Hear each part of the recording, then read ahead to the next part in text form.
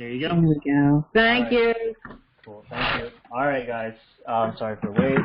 Yeah, so this is a quick presentation, and then hopefully discussion with the time we have left about trying to devise a regional rail network specifically for the Mid-Atlantic.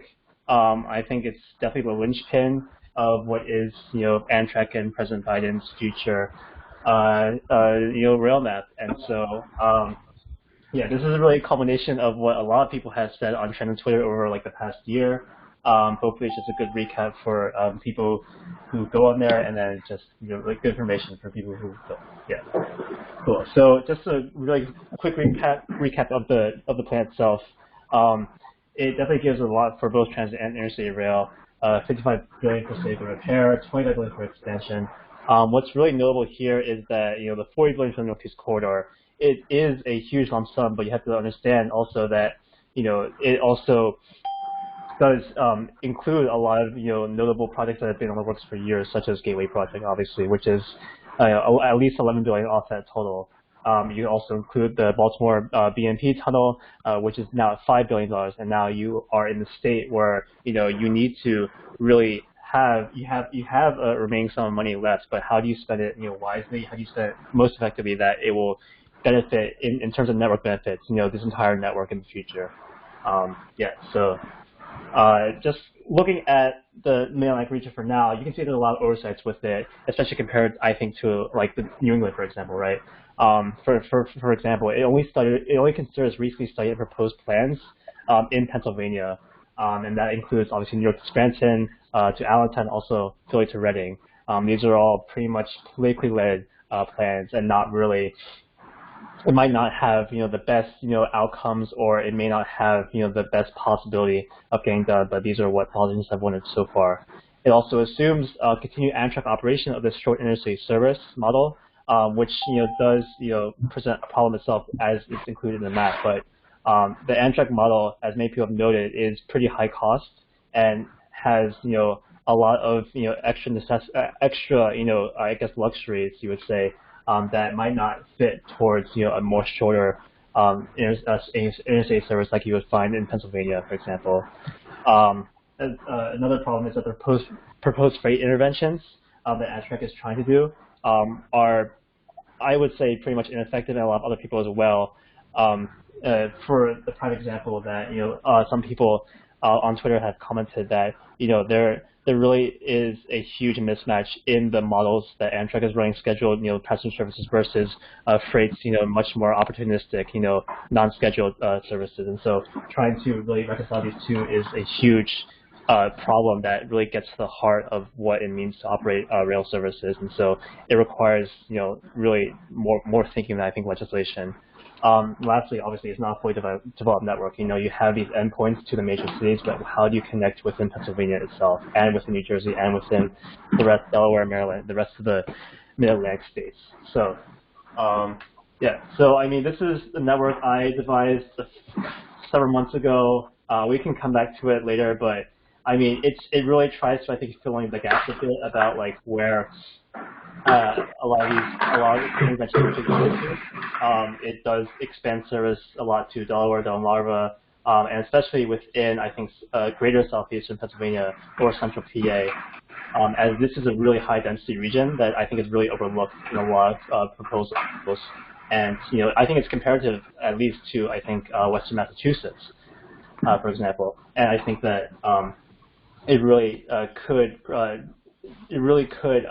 propel Pennsylvania into a really top intercity rail state if it was proposed.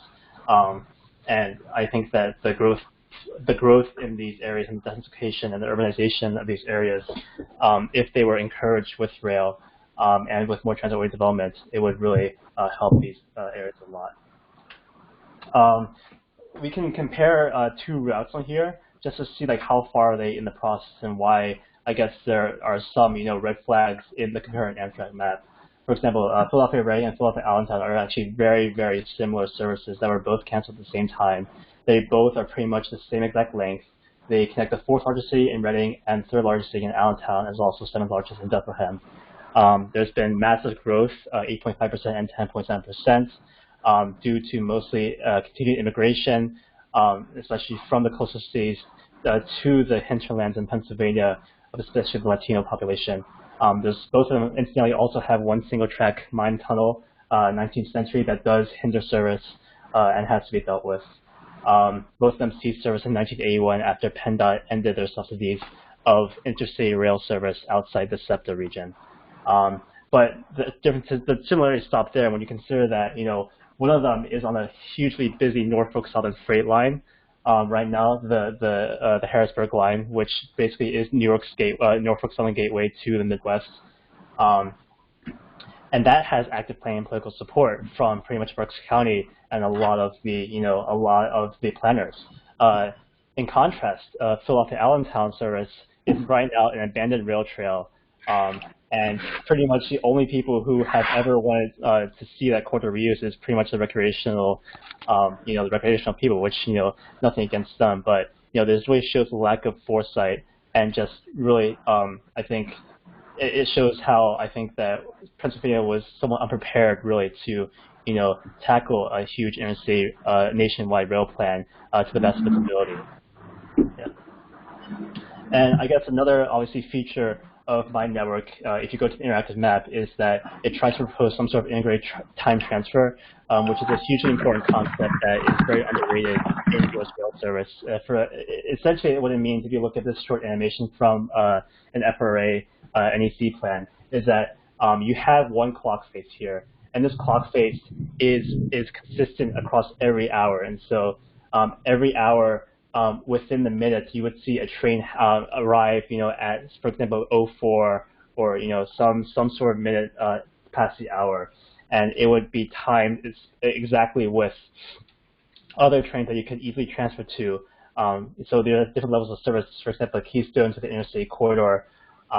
And these examples abound across Europe and across Asia, and it's really the kind of thinking for these shorter corridors in the Mid-Atlantic that we need to really use, because the Northeast Corridor obviously is going to have a huge investment poured into it, and it really shows how network benefits can really accrue if we allow much more smart planning with ITT.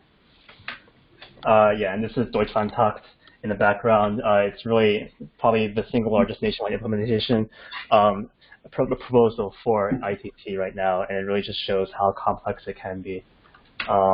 Yeah, and then what other thing is needed for this plan is definitely a freight diversion plan for PA. Lots of people have been talking about this on Twitter, LGA320, and this is essentially really just like trying to rectify, I think, a lot of the decisions that were made, after Conrail was formed, and after it was split up and privatized into CSX and Norfolk Southern. You really have what used to be a very high demand, high utilized freight dedicated, essentially, rail corridor that the Pennsylvania Railroad used from Harrisburg, Enola Yard to New York.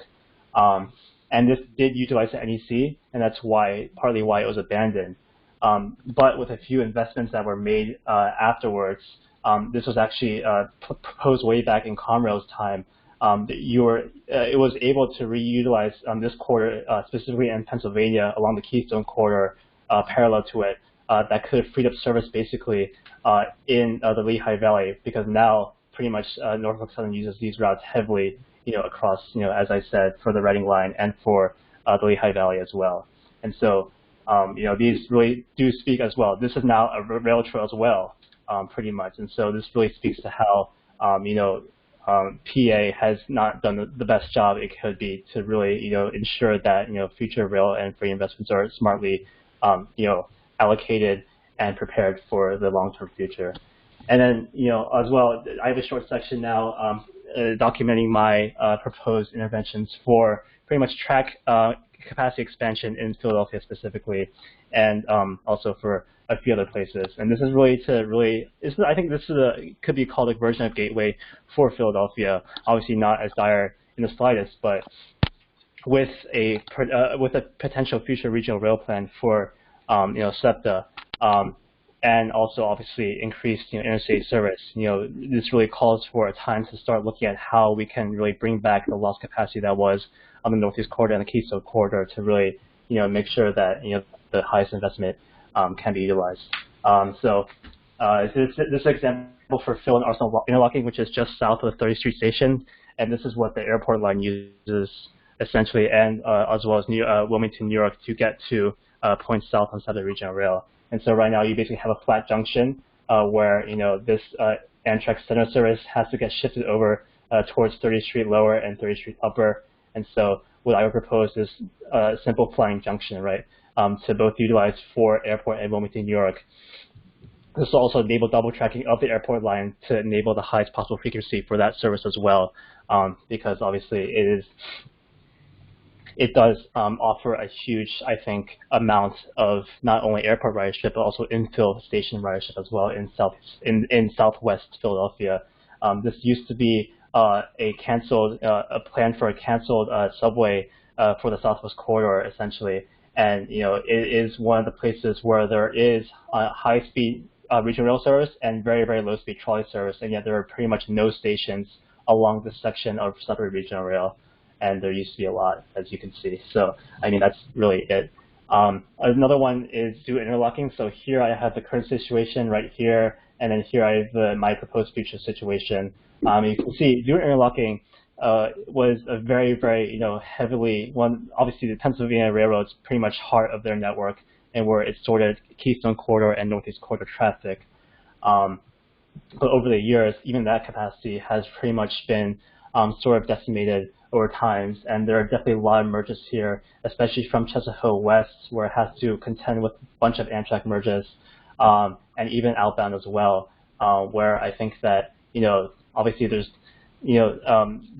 Southern Region Rail right now only runs pretty much once an hour for these routes, but it could be so much more if the right investments were made. And so really, these investments propose a total great separation between Amtrak and SEPTA. It would definitely enable the highest amount of utilization for SEPTA's regional rail lines.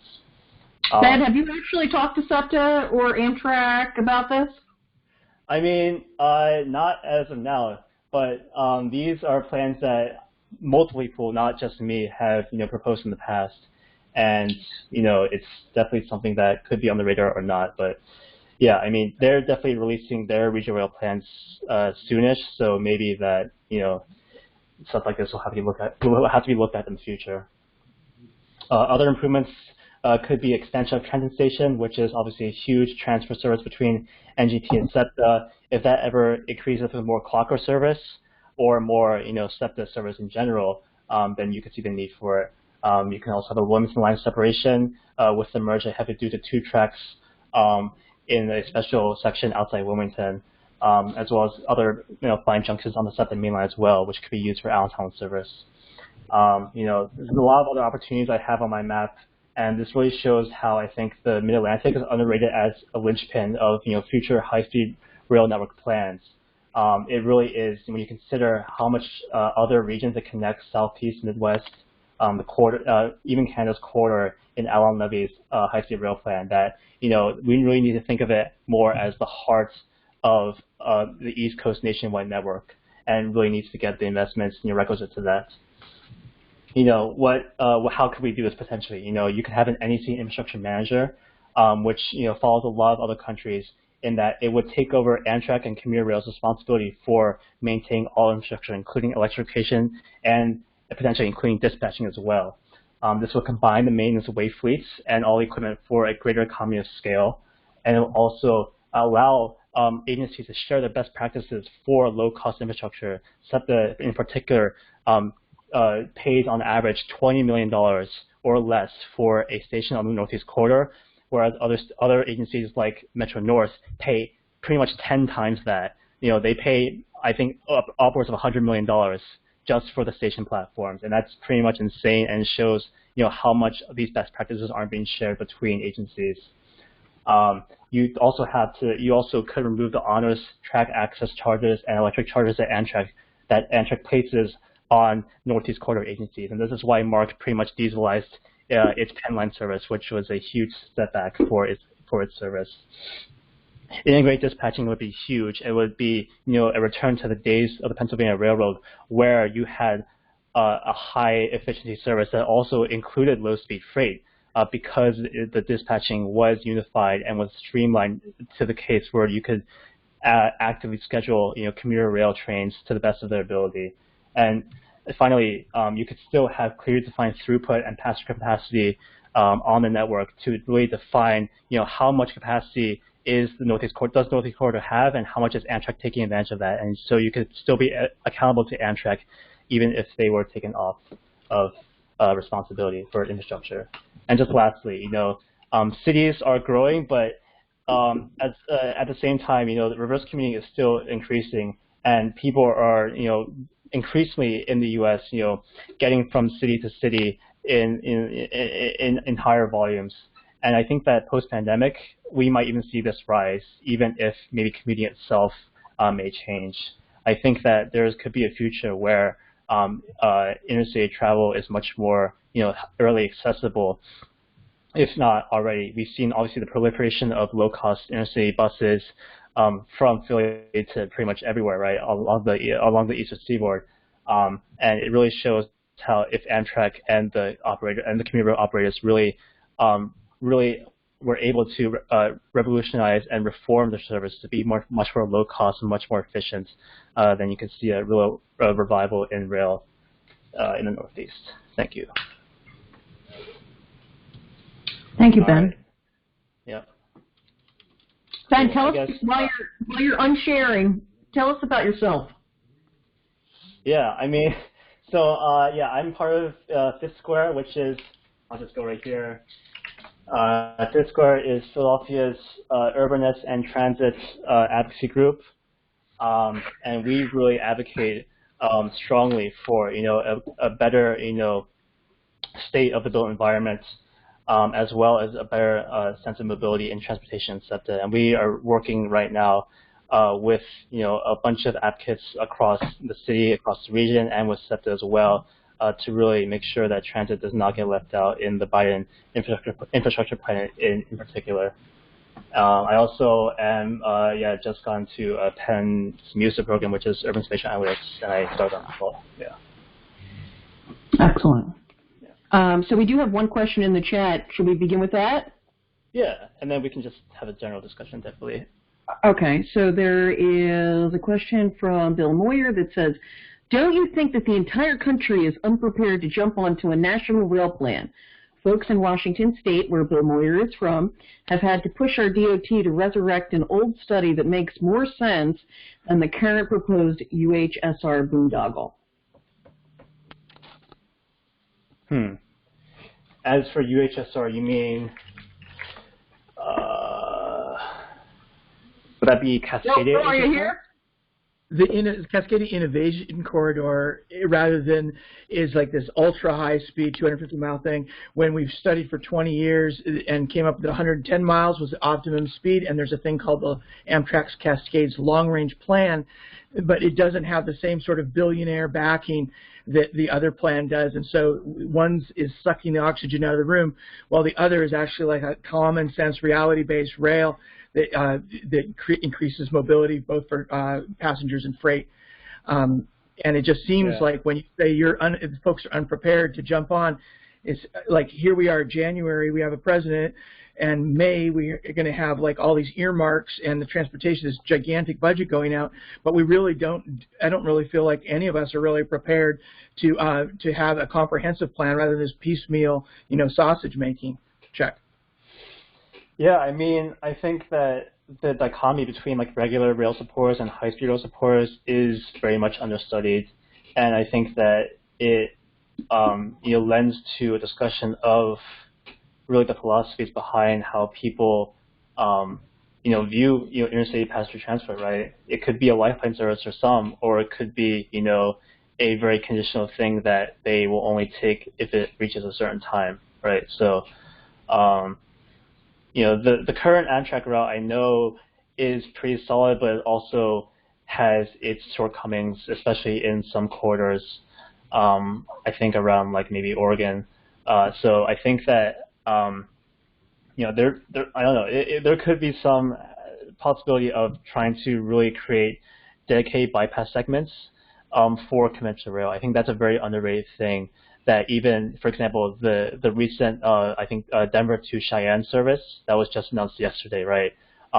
That had very clear shortcomings in its travel time, and with certain investments in revitalizing old abandoned corridors that do offer higher speeds, you could pretty much instantly get that time back. So it really it's really important. Anyway, I'll get to other questions. Mark is asking which typically poses a bigger challenge, increasing passenger rail capacity, adding second, third, fourth tracks, or unsnaring junctions. It's the latter. Are there any low-cost best practices? Yeah, I mean, I think other people in this chat can really, I think, speak to certain examples better than me. Let me think. I mean, for the longest time, I think that it's been clear that the rationalization of a lot of traffic infrastructure in these places was due to obviously a very bad state of disrepair, very decreased funding levels. But I think that there are definitely examples that abound even in places like SEPTA, where they did add a bypass track for CSX on the West Trenton line that did help a lot with on-time performance. And that does go hand in hand, I think, with the junctions as well. I think that the junctions are much more a case of how much more service do you want to add? Can you possibly add to regional rail, and how much is that politically viable? Because that defines your bottleneck really for the entire network, in a place like that.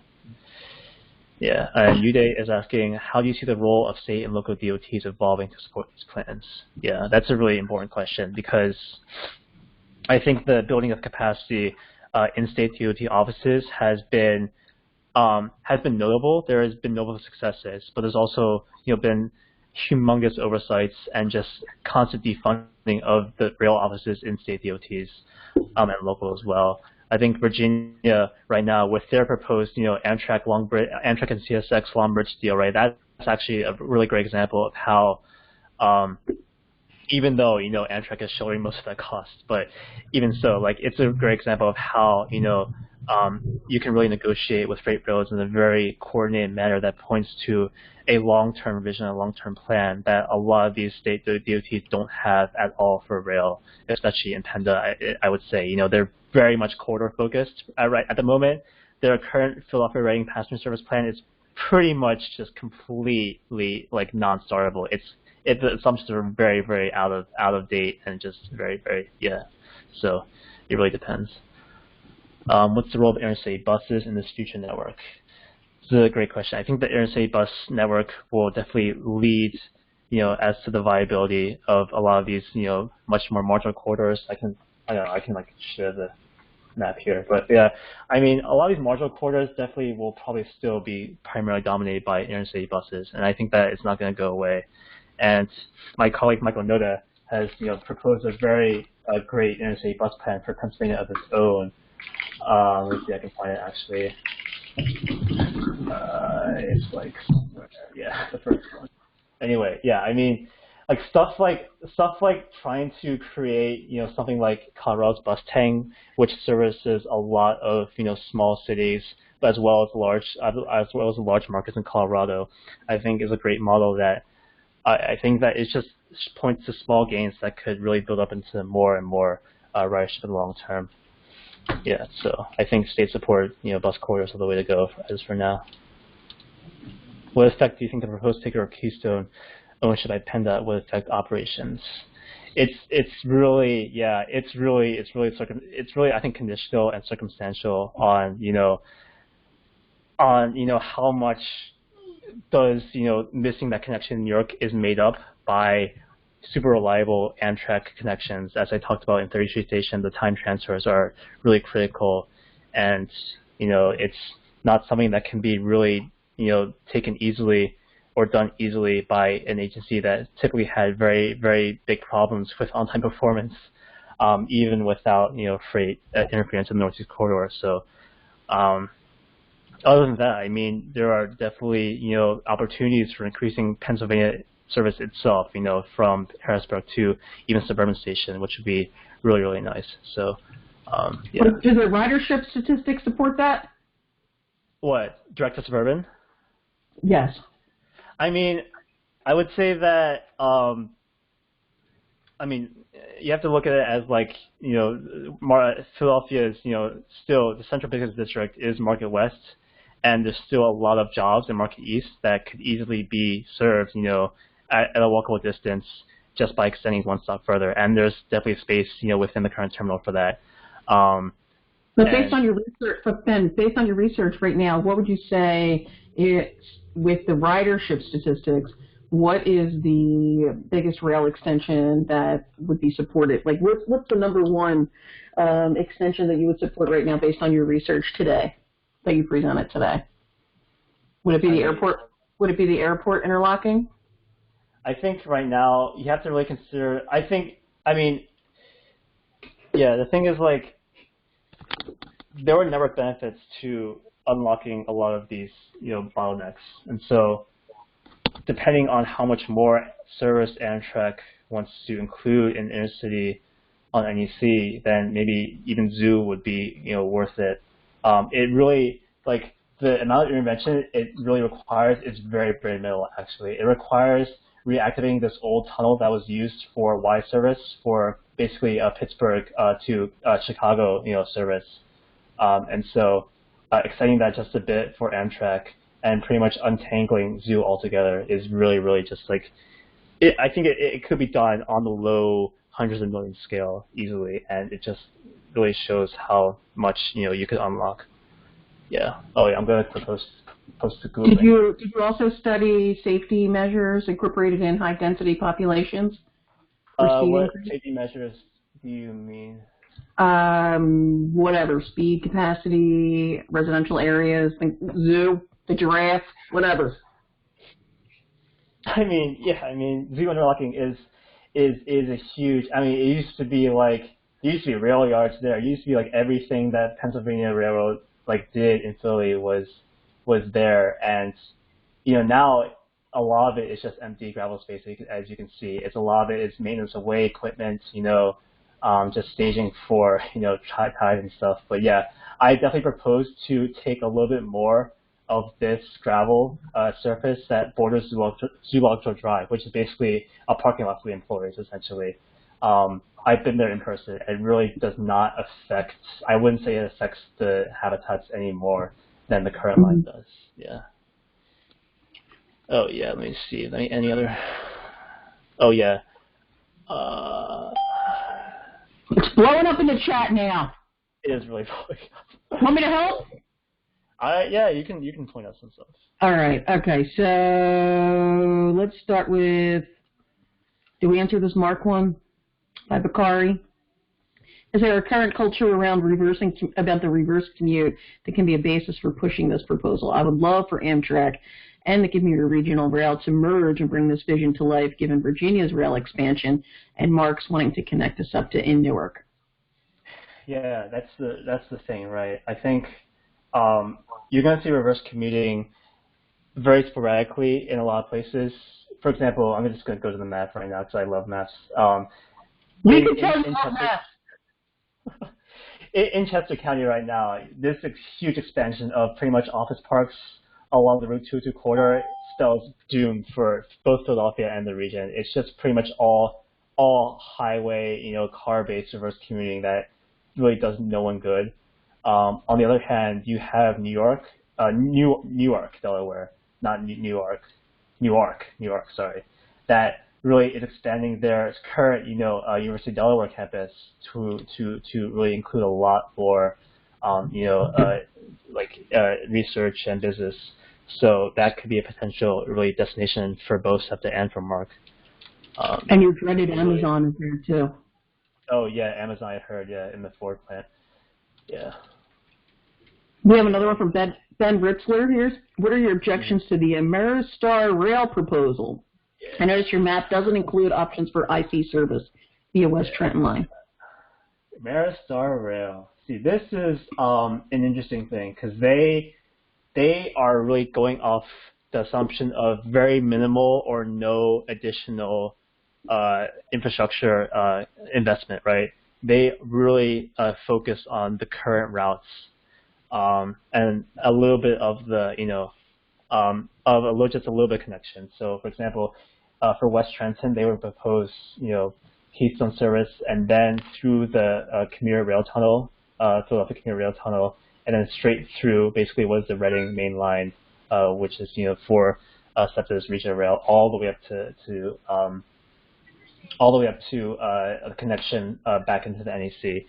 And while it's good on paper, it does at this moment, SEPTA's dispatching right now is completely separate from Amtrak's, especially on their main line, and so it would mean that a train would have to, would have to transition from Amtrak to SEPTA to Amtrak right now without any other, changes. So it really is a huge question mark on reliability and also on maximum speed because the SEPTA main line right now is very, very slow. And these are also a paradigm of direct service, I would say, like very much, Albany to Ronkonkoma, it could be useful, but at the same time, you could also just get a very, very good time transfer in Penn Station. It would work out just as well, yeah.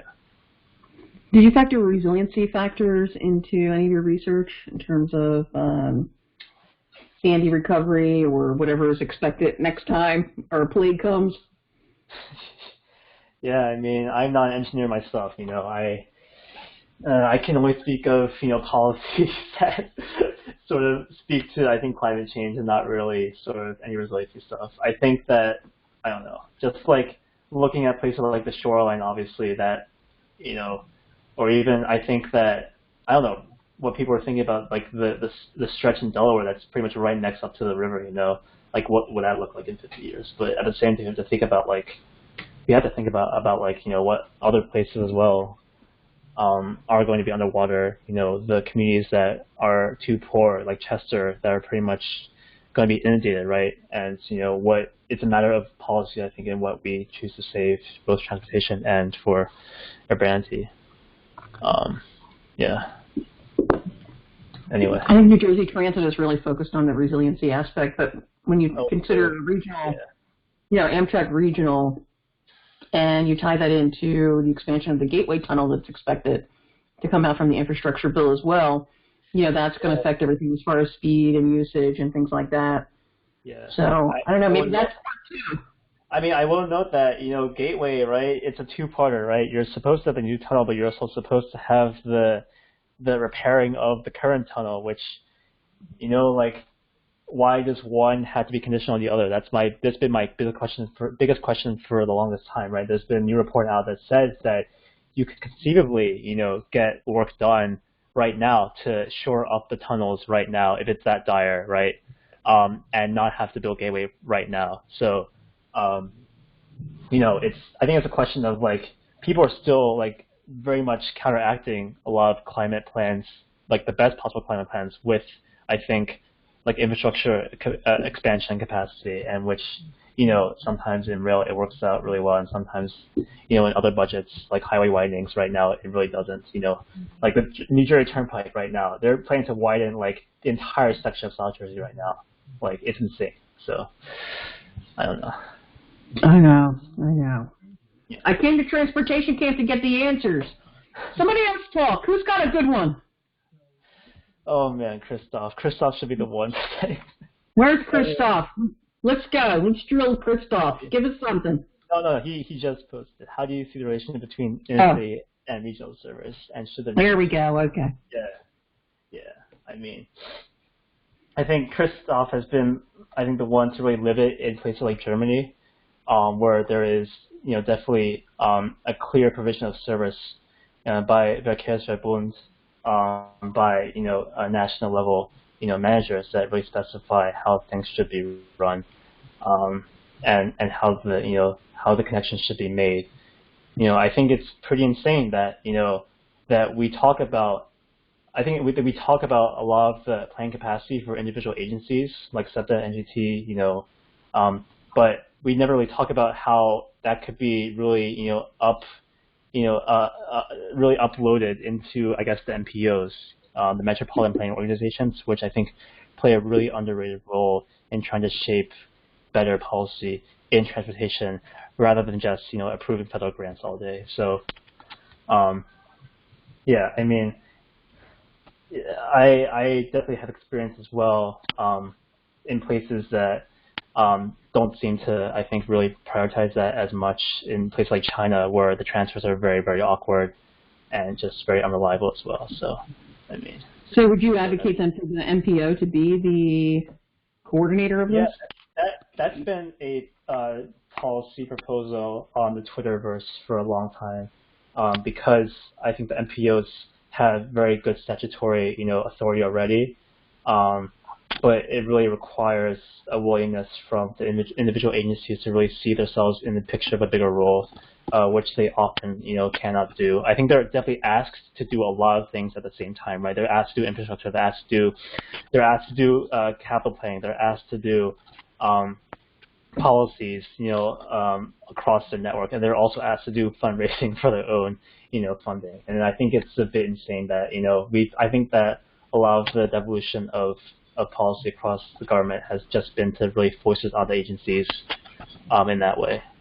Yeah. I think it's a good point though that you bring up, because I think the MPOs have a broader perspective on things, and they can see it from the 100 viewpoint versus the agencies who are actually running the daily operations, and they're so focused on keeping trains on the track and safe and running on time that they don't have time to think about, like, okay, well, what if we did this? And I see a paradigm shift. Tell me this. I see a paradigm shift a little bit at SEPTA just because the GM has more of a background in planning and she makes it more of an emphasis as a priority. What do you think about that? Yeah, I think SEPTA's new plan really sets a new tone at the agency. We'll have to see how far it goes because we still have a board that pretty much knows nothing about really how to run a transit agency in the way that it should. And I think that you still have that tenuous relationship between politics. SEPTA's biggest enemy right now is definitely politics, because at one level they're not very good at it. See, for example, the Troy mod takeover. At another point, they've been pretty much beholden to it since their creation, and I think that they've never really resolved how to do that concretely. Yeah. Yeah. No, and one reason I was asking about the relationship too is I'm thinking about places like in New Jersey, for example. A lot of the Northeast Corridor essentially has 4 services running on it. You have Acela with 2 different classes in it. You have Northeast Regional with 2 different classes. You have New Jersey Transit Express trains, and you have New Jersey Transit local trains. Yeah. And does that kind of typology of 4 overlapping services really make sense? And does the idea that those 4 overlapping services are 5 separate kinds of tickets counting fare classes really make sense? Right, exactly. Yeah. I mean, really, it's been about, like, ever since the Pennsylvania Railroad broke up, it's, I think, to get a bit nostalgic, it's been like, how do people, I think how the agency is really, I think, taking a lot of this stuff that is politically viable, right? I think the train expresses, for example, are the remnants of the former Clocker service, which were a response to the strong interstate demand between Philadelphia and New York. And that really fell by the wayside, right? And now that, most of the boat share has gone to buses, it's really that question. So, yeah. Anyway, it's been great talking with all of you. And thanks so much. Thanks, everybody. To wrap, there is a 4th session. It starts at I believe, 2:30, right? So stay in, go take a pee break, and then we'll see you for number 4. Thanks, Ben. Oh, yeah. I'll start my presentation as well. Why not? So.